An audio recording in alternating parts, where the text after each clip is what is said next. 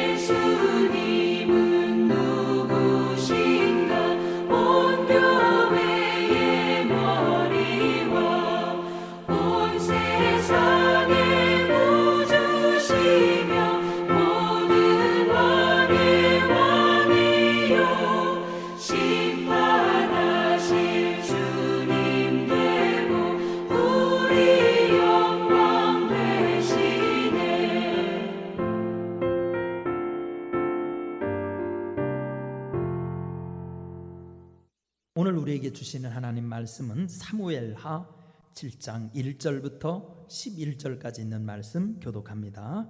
사무엘하 7장 1절.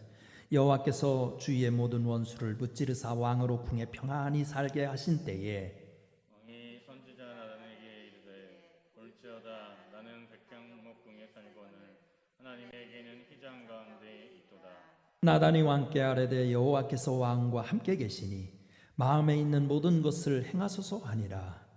그 밤에 여호와의 말씀이 나단에게 임하여 이르시되 가서 내 종 다윗에게 말하기를 여호와께서 이와 같이 말씀하시되 내가 나를 위하여 내가 살 집을 건축하겠느냐. 네가 이스라엘 자손을 애굽에서 인도하여 내던 날부터 오늘까지 집에 살지 아니하고 장막과 성막 안에서 다녔나니 이스라엘 자손과 더불어 다니는 모든 곳에서 내가 내 백성 이스라엘을 먹이라고 명령한 이스라엘 어느 지파들 가운데 하나에게 내가 말하기를 너희가 어찌하여 나를 위하여 백향목집을 건축하지 아니하였느냐고 말하였느냐.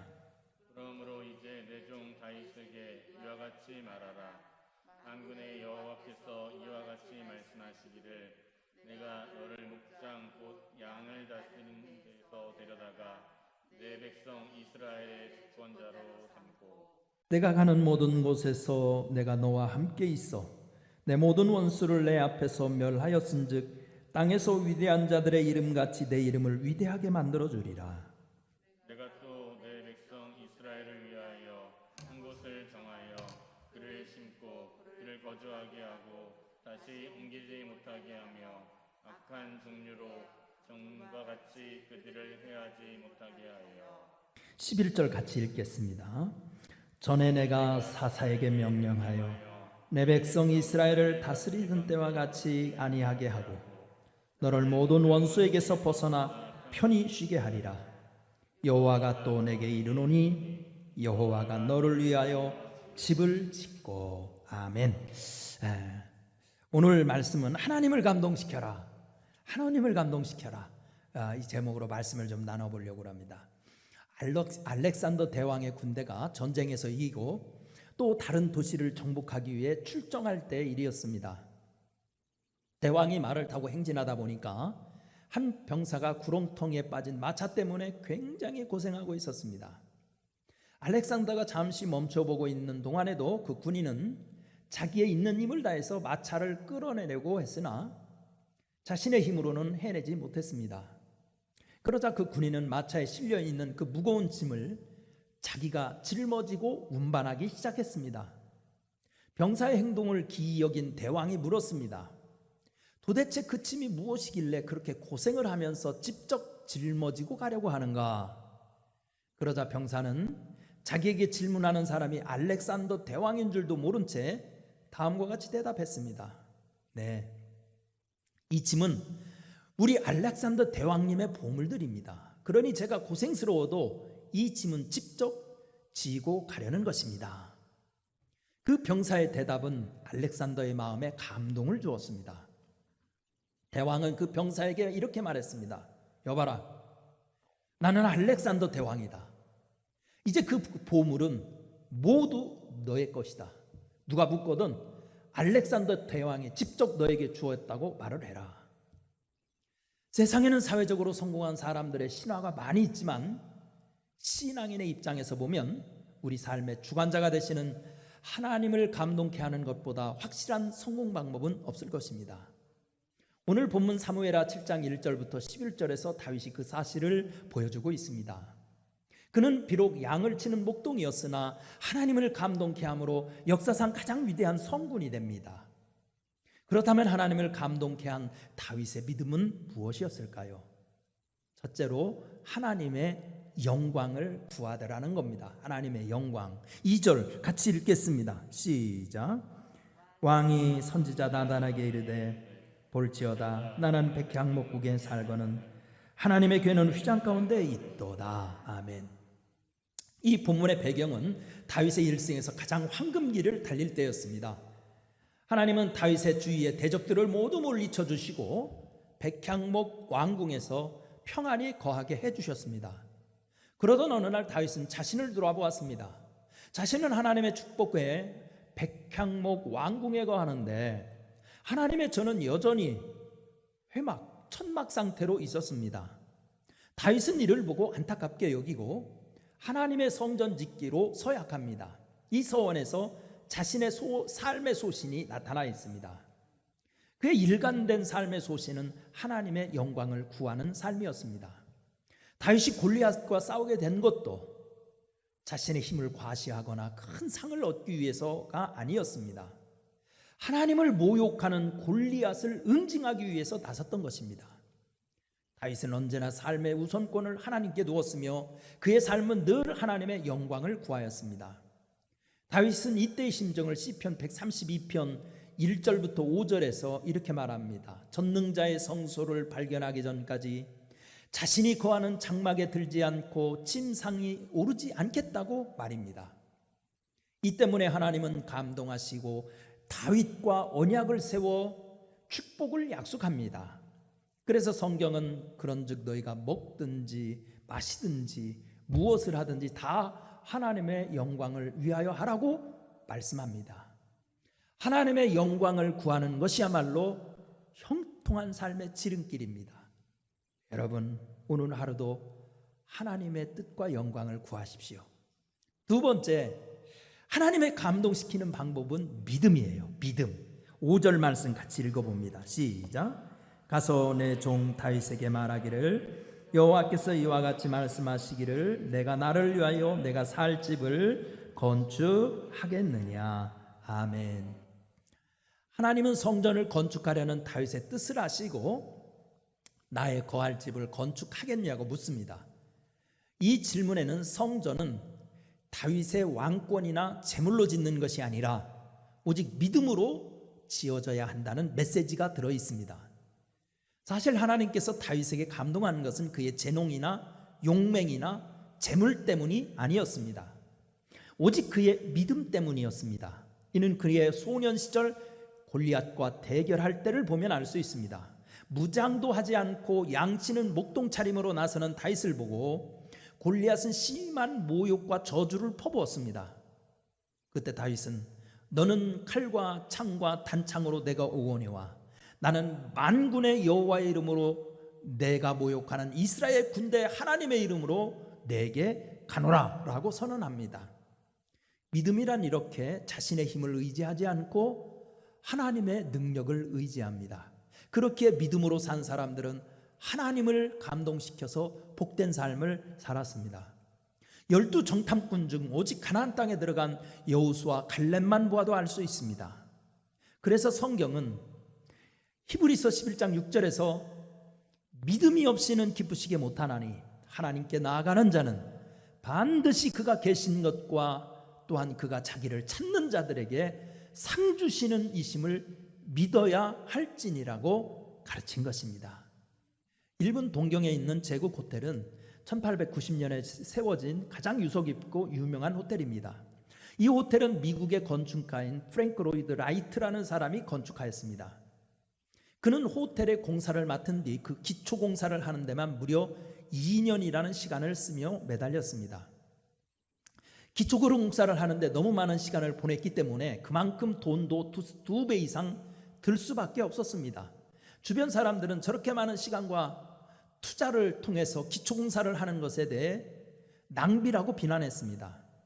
결국 기초 공사에 2년, 나머지 공사에 2년이 걸려 4년 만에 이 호텔이 완성되었습니다. 그리고 이 공사는 돈을 무리하게 많이 들여서 지은 대표적인 건물로 손꼽혔습니다. 그런데 이 호텔이 지어진 지 32년이 지난 1923년 동경을 쑥대밭으로 만든 관동 대지진이 발생했습니다. 이 지진 때 거의 모든 건물과 도로들이 파손됐지만 바로 이 호텔만큼은 하나도 손상되지 않은 채 견고하게 서 있었습니다. 이와 같이 믿음은 인생에 흔들리지 않는 견고한 기초와 같습니다. 더욱 충만한 믿음을 가지고 하나님을 감동케 하면 승리하는 삶을 주십니다. 세상이 흔들리고 요동칠 때일수록 우리는 환경을 보고 염려할 것만이 아니라 오히려 이럴 때 내 믿음의 기초를 튼튼히 해야 합니다. 하나님 앞에 재물을 구하는 것보다, 양식을 구하는 것보다 믿음의 충만함을 구하십시오. 그러면 하나님이 승리케 하실 것입니다. 기도하겠습니다. 은혜로우신 하나님, 성전 지키를 소원한 다윗처럼 우리도 온전한 믿음, 충만한 믿음, 하나님을 감동케 하는 믿음을 허락하여 주시어서 고난이 홍수처럼 밀려드는 이 시대에 하나님의 능력과 기적을 덧입어 우리가 넉넉히 이기는 삶, 승리하는 삶을 살 수 있게 도와주옵소서. 성도들의 가정을 지켜주옵소서. 건강을 지켜주옵소서. 하나님 일터를 지켜주옵소서. 대한민국을 불쌍히 여겨주옵소서. 예수님의 이름으로 기도드리옵나이다. 아멘. 찬송가 455장 부르고 주기도문함으로 오늘 화요일 새벽기도를 마치겠습니다.